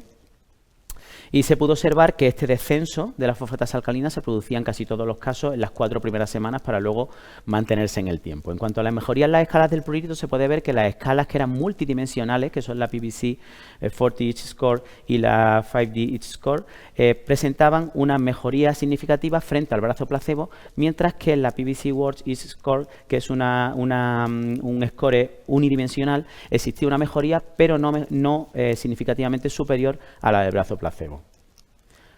En el análisis de seguridad se vio que los efectos secundarios fueron muy frecuentes en ambos brazos, siendo mayores los efectos digestivos en el afibranol, y también se produjo un aumento de la CPK en 4 pacientes. 2 de los pacientes, como factor de confusión, estaban recibiendo también estatinas en el momento de entrar en el estudio. Y por último, se produjeron en el brazo del afibranol también 2 muertes, pero que no tuvieron relación con el fármaco, una de ellas por una sepsis biliar y la otra por una complicación postoperatoria de una cirugía abdominal. Por lo tanto, se concluye que el afibranol produce una mejoría significativa en la respuesta bioquímica en los pacientes con CBP, con un potencial beneficio antiprurito y se tolera bien. Y el último trabajo es un trabajo español de un grupo de colaboración observacional en pacientes con CBP. Lo presentó el doctor Conrado Fernández y es un estudio prospectivo en vida real. Lo que este estudio analiza son pacientes que están en tratamiento con ácido beticólico porque no tuvieron una respuesta completa a ácido ursodeoxicólico según los criterios de París. Se analizaron tanto los criterios POISE que previamente he explicado, como también la respuesta bioquímica completa, que es más exigente, en la cual existe una normalización de las fosfatas alcalinas y una bilirrubina total por debajo de 0,6 su nivel normal. Participaron 24 centros e inicialmente se incluyeron a 355 pacientes en un seguimiento a largo plazo. Estas son las características basales, son muchos datos, pero solamente quiero destacar que el 20% de los pacientes presentaban cirrosis y el 28% de los pacientes presentaban una triple terapia, es decir, que asociaban a lo beticólico y al ácido ursodeoxicólico también fibratos. Y los resultados son los que se presentan en esta diapositiva. En cuanto a las enzimas de colestasis, se veía que en el seguimiento a 3 años se veía que había un descenso progresivo tanto de la GGT como de las fosfatas alcalinas, que además era mayor en las barras azul claro que se pueden ver cuando se asociaba el fibrato con un efecto sinérgico. En el caso de la GOT y la GPT se producía un descenso en el primer año y posteriormente una fase de meseta, y en este caso no existía una interferencia positiva ni negativa con el uso de los fibratos. Y por último, la albúmina se veía que sí que crecía a lo largo del tiempo durante los 3 años sin que de nuevo existiera ninguna interferencia del fibrato en el efecto. Otros parámetros que también mejoraron con la terapia de obeticólico fue la bilirrubina, las plaquetas, la IgM, la coagulación, el colesterol y los scores predictores de mal pronóstico en estos pacientes con CBP, el GLOBE, el PBC GLOBE y el UK PBC a 5 años. Los pacientes que obtuvieron la respuesta según los criterios POISE fueron un 44% de los pacientes, y entre estos se analizaron cuáles fueron las variables más asociadas con el análisis univariante, que fueron la ausencia de cirrosis, la menor colestasis, los pacientes con menor bilirrubina, los pacientes con más altas plaquetas y albúmina, y los pacientes que tenían una estimación de fibrosis con marcadores serológicos más menor, y los pacientes que tenían unos scores de riesgo también menor. Cuando se hizo la predicción de la tendencia de los pacientes a ir alcanzando más allá de ese año esta respuesta según los criterios POISE, se vio la curva que presento arriba a la izquierda, y cuando esta se subdividió entre pacientes que tenían cirrosis o no la tenían, se veía que los pacientes sin cirrosis tenían una mayor tendencia a obtener más tardíamente esta respuesta, sin que el uso de fibratos, en cambio, fuera un parámetro que estuviera relacionado con esa mayor o menor respuesta a lo largo del tiempo. El uso de fibratos sí que se relacionó con la respuesta cuando no se usaban los criterios POISE, sino que se utilizaban los criterios de normalización de fosfatas alcalinas y disminución de bilirrubina total por debajo de 0,6 nivel normal. En el análisis multivariante se observó que tanto para los criterios POISE a los 12 meses como para su mantenimiento, como para los criterios bioquímicos completos, tanto la bilirrubina disminuida como el uso de fibrato eran variables que estaban relacionadas de forma independiente. Y además, en el mantenimiento de los criterios POISE se relacionaron también el sexo femenino, la ausencia de cirrosis y la fosfatasa alcalina más baja. Existieron descompensaciones y durante el seguimiento y al analizar dichas descompensaciones se vio que el mejor predictor de la descompensación fue el APRI por encima de 0,7, con una curva 0,7, un área bajo la curva de 0,71 y una sensibilidad del 100%. Y por último, en el análisis de seguridad se vio que se reportaron un 40% de efectos adversos, en su mayoría prurito, y hubo 18 discontinuaciones de tratamiento, en su mayoría también por prurito, aunque algunas de ellas fueron por no tolerancia de otro tipo del fármaco o por no respuesta al fármaco, concluyéndose que en esta corte en vida real, en CBP que no responde bien a ácido ursodeoxicólico, la terapia a largo plazo con obeticólico muestra una respuesta bioquímica significativa y mejora la función hepática y los scores de riesgo. Se obtiene una respuesta POISE acumulada especialmente en pacientes no cirróticos, y además una remisión bioquímica en pacientes con triple terapia y menor colestasis, siendo bien tolerada incluso en pacientes cirróticos. Muchas gracias. Bueno, muchas gracias. Sabéis que todos los que estéis al otro lado en streaming podéis hacernos preguntas online. Debajo de donde habéis visto la presentación tenéis un botón y nos podéis mandar las preguntas, ¿vale? Entonces ahora vamos a tener 15 minutos de discusión.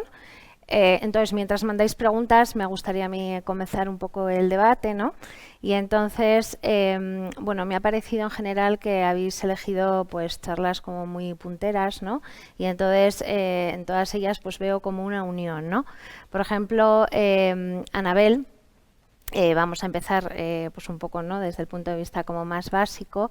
Me ha parecido muy interesante que en varias de tus charlas hablabas como diferentes tipos celulares en la enfermedad hepática, en esteatosis hepática metabólica, pueden generar vesículas con diferente contenido e influir a otros tipos celulares e incluso a otros individuos cuando los aislamos, induciendo y favoreciendo la progresión de la patología, ¿no? Por ejemplo, hablabas de las células estelares, ¿no?, de cómo inhibiendo la glicólisis, que esto es muy interesante porque estamos modificando el metabolismo de la célula estelar. Entonces, las vesículas que se generan tendrán diferente contenido, ¿no?, de diferentes metabolitos o mirnas que si inyectas a otro modelo animal, ¿no? Eres capaz o de mimetizar el estado de fibrosis o de alguna manera paliarlo. O sea, puedes a través de vesículas celulares procedentes de las células estelares inhibidas, o sea, en las que has inhibido glicólisis, de alguna manera frenar la progresión de la patología. Y por otro lado, ¿cómo inyectas estas vesículas al otro modelo? Gracias, Patricia. Pues bien, he sabido que, como he comentado, el contenido de estas microvesículas puede variar tanto en la progresión de la enfermedad como, ¿no?, si mejora, ¿no? Entonces, de este estudio que comentas de las células estrelladas, está aún están en ello, ¿no? Entonces supongo que el siguiente step o paso sería determinar qué cambios hay en ese contenido, ¿no? O sea, que la glicólisis hace que cambie el contenido de esas vesículas, que estas van a mejorar, ¿no? Van a favorecer la fibrosis hepática. Entonces, en este caso están pues a medias, ¿no? Y entonces supongo que sí que lo cuantificarán. Sí que es verdad que en este estudio una cosa que, bueno, me impactó diferente, ¿no?, según cada grupo trabaja de una manera, es que estas vesículas están purificadas del plasma, o sea, en circulación, ¿no? Entonces, en realidad, aunque esa glicólisis estaba inhibida en las estrelladas, tal vez, o sea, no se sabía exactamente, ¿no?, la procedencia de esas vesículas, ¿no? A lo mejor si las aíslas esas estrelladas donde has inhibido glicólisis, purificas esas vesículas, puedes a lo mejor seguir perfectamente lo que es más la dirección, ¿no? O sea, en este caso eran de circulación. Ya. Entonces, cuando hablabas también en otro trabajo de las vesículas hepatocitarias y que podían modificar también, ¿no?, las LSEC, muy bien. Realmente aquí eran también estudios o sea, en in vitro y luego cogías... ¿O cómo lo hacían? Exacto. En este estudio hay diferentes vertientes. En un principio de células primarias, o sea, in vitro, ¿no?, que aíslas de, por ejemplo, un animal cirrótico o control, ¿no? Determinas la secreción, ¿no?, en el medio de cultivo, puedes determinar la secreción de estas vesículas, y en ese estudio se focalizaron en el contenido de microRNAs, pero obviamente hay otros metabolitos, otras moléculas, ¿vale? Y en este caso sí que era de hepatocitos, las vesículas venían de hepatocitos primarios, y que luego estos, ¿no?, las receptoras eran las endoteliales. Entonces, en este caso había experimentos in vitro, y para que fuese todo más fisiológico, ¿no?, pues las vesículas también se inyectaban en un modelo in vivo, ¿no? ¿Y las inyectaban intravenoso? Sí, se hacía intravenoso. Sí. Y entonces en este caso se demostró cómo principalmente llegaban al hígado, a través de un show de IBIS, se marcaban fluorescentemente estas vesículas y se veían que está en el hígado, y además por inmunofluorescencia de proteína específica de endotelial se vio como mayoritariamente eran endocitadas por las endoteliales, ¿no?, por su capacidad endocítica. Muy bien, esto es muy importante porque nos demuestra no solamente que las vesículas sirven como marcadores o marcadores de la patología, sino el poder que tienen, ¿no?, en la comunicación paracrina intercelular. Muy interesante. Sí. Bueno, entonces, por otro lado, Judith, pasando un poco, ¿no?, a la parte más clínica, ¿no?, de todos estos scores que tú nos has contado, ¿no?, y que nos has hablado un poco de la novedad, sobre todo cuando vamos a distinguir entre un F2, un F3, ¿no?, que puede ser igual más complejo, ¿con cuáles te quedarías? O sea, ¿tú qué información has captado allá que sea como más relevante o más novedosa, igual, que nos defina mejor? Bueno, yo creo que justo estás hablando en el punto de corte más difícil de detectar. Claro, ¿no? Exacto. Los scores discriminan mal entre F2 y F3. Sí. También es verdad que al final lo que necesitamos es scores que definan pacientes que van a tener una peor evolución desde el punto de vista clínico, o los que tienen más riesgo de que la enfermedad progrese. Y sabemos, tanto en esteatosis como en otras enfermedades hepáticas, que en cuanto hay fibrosis significativa, probablemente a partir de F2 es importante. Entonces, pues para esto Como ves, SafeScore es un score que está diseñado justo para esto, ¿no? Nuevo, para detectar fibrosis F2 de F0, F1, pero no para distinguirla de F3, ¿no? Ya.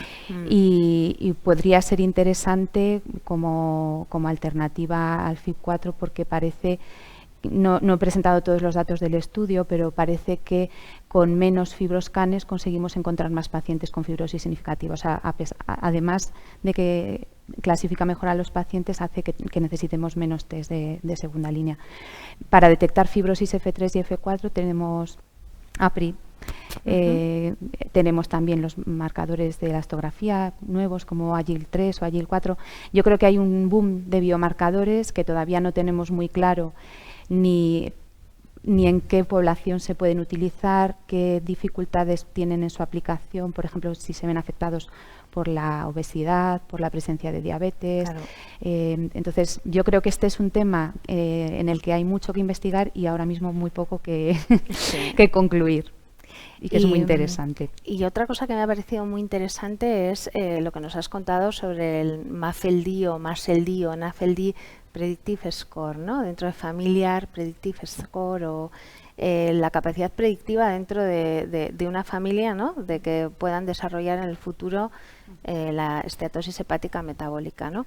Entonces, sobre esto, ¿se incluye en este score? ¿Qué variables incluimos? Porque la genética, pues no está estudiada. Eso es lo que te iba a decir, ¿no? No está estudiada, pero seguramente tiene su importancia. El score se hace muy sencillo, muy simple, precisamente para no necesitar hacer grandes determinaciones, pero es muy probable que haya un componente genético, ¿no? Porque que un 15% de los familiares de pacientes con fibrosis avanzada tengan fibrosis avanzada es un porcentaje alto y mucho mayor que el que hay en la población general. Por lo tanto, algún componente genético tiene que haber. Yo creo que lo gracioso de este estudio y lo bonito es que con 4 variables muy simples, que es la edad, la diabetes, el peso, ¿no? Y que tu familiar tenga fibrosis avanzada sin hacer ningún cálculo con ninguna aplicación y sin hacer ni una sola analítica, tú ya puedes sospechar que ese paciente puede tener una fibrosis avanzada, ¿no? Y además que en la corte de validación tiene un área muy buena bajo la curva, entonces es muy útil por lo simple precisamente, pero es evidente que hay algo genético de base. Claro, me parece muy interesante, la verdad. Y había otra cosa que me llama mucho la atención, ¿no? Es este ensayo clínico nuevo sobre este fármaco, es como una especie de ácido graso, ¿no? Que de cadena corta, me imagino, ¿no? Es un derivado del ácido eicosapentanoico, pues modificado precisamente para que no se pueda degradar y utilizar como fuente de energía en el hígado y que además vaya más dirigido al hígado. Bueno, pues es una cosa bastante novedosa, ¿no? A mí me parece muy interesante. Y realmente, o sea, tenía efectos sobre la reversión de la esteatosis, ¿no? Más a nivel graso y de inflamación, ¿no? Comentabas. Sí, actúa a nivel de receptores de ácidos grasos que están en células pancreáticas, intestinales, hepáticas, etcétera, y de tejido adiposo, y tiene efectos sobre la inflamación y sobre el metabolismo de las grasas. Entonces produce una disminución del contenido graso, pero también tiene efecto antiinflamatorio. Porque de lo que es la fibrosis y esto nada, no se ha llegado a ese punto, ¿no? Claro, es un estudio también a corto plazo. Normalmente, como habéis visto en todos los ensayos de todos los fármacos, que son a corto plazo, casi ninguno consigue el endpoint de la histología. Ninguno consigue mejorar un estadio de la fibrosis, ¿no? Sin embargo, otros marcadores de fibrosis, como pueden ser ELF o FAST, otros sí que parece que mejoran más rápidamente. A lo mejor es una cuestión de que hace falta más tiempo para ver los efectos sobre la biopsia. También sabemos que la biopsia no es un gol estándar perfecto, ¿no? Y bueno, yo creo que es muy interesante el fármaco y a tan corto plazo pues solo tenemos estos datos. Muy bien, muchas gracias. Bueno, Matías, y aquí me pilla a mí un poco más de lejos, ¿no? Pero sí que me han parecido interesantes algunas de las cosas que nos has comentado. Me ha sorprendido, ¿no? Esto del prurito, ¿no? De la colingitis biliar primaria, la dificultad como para paliarlo, o realmente en todos estos estudios parece todo como poco efectivo, ¿no? Bueno, yo creo que lo que pone de manifiesto sobre todo ese trabajo, más que la falta de efectividad, es quizás la falta de atención que ponemos en las consultas, ¿no? Yo pienso que ponemos menor, toda ¿no? la carne en el asador, Sí. nuestro celo lo ponemos en normalizar las fosfatas alcalinas y muchas veces es verdad que no caemos en preguntar al paciente en cada visita si tiene prurito y estadificarlo para saber exactamente si el paciente pues merece que empecemos con un tratamiento antipruriginoso concretamente o no. Creo que recurrimos mucho a los fibratos cuando el paciente tiene prurito, pero sobre todo cuando el paciente va mal y decimos, pues mira, ya que va mal y además tiene prurito, pues se lo agregamos, ¿no? Pero es verdad que lo que pone de manifiesto sobre todo es que no recurrimos a los fármacos que tienen demostrada eficacia contra el prurito, como la naltresona, contra el prurito colestásico. Ajá. Quizás más, como te estaba diciendo, más que porque tenga un difícil abordaje, que lo tiene, porque todos lo sabemos, quizá por lo que te estaba diciendo, porque no prestamos toda la atención, suficiente atención a este síntoma. Muy bien. Luego, por otro lado, o sea, a mí lo de la hepatitis delta me llama mucho la atención, más que nada por igual un poco lo novedoso, ¿no?, del asunto, sobre todo para los que somos ajenos, ¿no? Y el fármaco este que se utiliza, que ahora mismo no puedo reproducir el nombre, ¿presenta muchos efectos secundarios? ¿Cuál es el estado? O sea, ¿se está dando mucho a los pacientes? ¿Cómo porque claro, me imagino que el diagnóstico, para empezar, todavía no se hace de rutina, ¿no? El diagnosticar. Bueno, yo no tengo experiencia con este fármaco, solamente tienen experiencia quienes han entrado en ensayos clínicos o han tenido un acceso precoz, que hubo un tiempo en el que creo que lo hubo. El problema que ha habido es que los criterios de inclusión los conocemos, que cualquier paciente que tenga una hepatitis delta, especialmente cuando el paciente tiene una fibrosis avanzada. Pero el problema es que tenemos aprobación, pero no tenemos el fármaco disponible todavía. Ya. En cuanto al perfil de efectos adversos, el principal problema es la vía de administración. Es que es un fármaco subcutáneo y además diario. Ya. Y se ha aprobado inicialmente para su uso en monoterapia sin definirse muy bien exactamente durante cuánto tiempo. Entonces, claro, con eso sostienen unas respuestas muy buenas, con una normalización de la GPT del 50%, un descenso de 3 logaritmos en el RNA, sí, pero el problema está en que el paciente está recibiendo el tratamiento durante mucho tiempo. Más allá de algunos efectos adversos en la zona de punción y efectos adversos en su mayoría no graves, tampoco tiene un perfil malo de efectos adversos, por lo que yo he hablado con las personas que sí han manejado el fármaco. Pero, claro, lo que se intenta, y sobre todo lo que he presentado con el ensayo que se presentó, el primero de los 3 trabajos, es ver qué combinaciones podrían hacer que el tratamiento fuera finito. Entonces, todavía yo pienso que está por determinar y está por ver en el futuro si esa respuesta sostenida que se ve cuando se le agrega el interferón parece que es más mantenida en el tiempo de lo que pensamos o no, porque eso va a determinar seguramente cuál va a ser el uso final del fármaco. Muy bien. Mira, tenemos aquí una pregunta ya para terminar, que es para Judith. Y aquí nos pregunta, quería saber si opináis que, dada la importancia que está tomando el síndrome metabólico en hepatología, deberíamos de ser las hepatólogas OS los quienes pautemos el tratamiento dirigido a este síndrome. Quiero decir, en cuanto a estatinas, antidiabéticos orales, y en caso de que ya lo hagáis, ¿qué estatina, fibrato, antidiabético iniciáis? ¿Y en qué guías podríamos basarnos? Saludos y gracias. Pues mira, hay una guía estupenda que ha salido hace nada, en la que está Paula Iruzubieta, no me acuerdo quién es la primera firmante, sobre el manejo conjunto de diabetes y esteatosis, y recomienda, y está fenomenal, recomienda el orden en el que se deberían ir administrando los antidiabéticos. Pone como primera línea siempre la metformina, por su efecto sensibilizador a la insulina, y después en pacientes no obesos plantea iniciar el tratamiento con pioglitazona. Como sabéis, demostró mejoría de la esteatohepatitis y probablemente también de la fibrosis. Es el único fármaco hasta ahora. Pero sabéis que produce un aumento de peso. Entonces, esto solo en pacientes con índice de masa corporal por debajo de 30. En los pacientes obesos, probablemente después de la metformina, el mejor fármaco sería un agonista de GLP-1, pues semaglutida, ¿no? Por ejemplo. Y si hay que añadir un tercer fármaco, pues como habéis visto, pues efecto también protector a nivel renal y de efecto cardiovascular, probablemente pues un inhibidor del cotransportador sodio-glucosa como pues dapagliflozina o así, ¿no? En pacientes muy obesos, pues ya o alguna técnica de cirugía bariátrica, endoscópica o quirúrgica. Pero en cuanto a lo que me preguntas, yo no pongo antidiabéticos, sí pongo estatinas. Creo el problema es que son pacientes que yo creo que necesitan un manejo multidisciplinar, porque verdaderamente de lo que mueren al final, la inmensa mayoría, sobre todo los que no tienen fibrosis importante, es de enfermedad cardiovascular, ¿no? Y no hay que manejarlo solo desde el punto de vista de un fármaco, sino que es un conjunto, ¿no?, de enfermedades que componen el síndrome metabólico y que requieren un manejo que yo creo que los hepatólogos podemos conseguir, pero también creo que quizá no es nuestro papel, ¿no?, que es un paciente que debemos llevar conjuntamente, sobre todo cuando tiene enfermedad hepática, pero que la clave está en el manejo en atención primaria de todo, de los antihipertensivos, de las estatinas y de los antidiabéticos.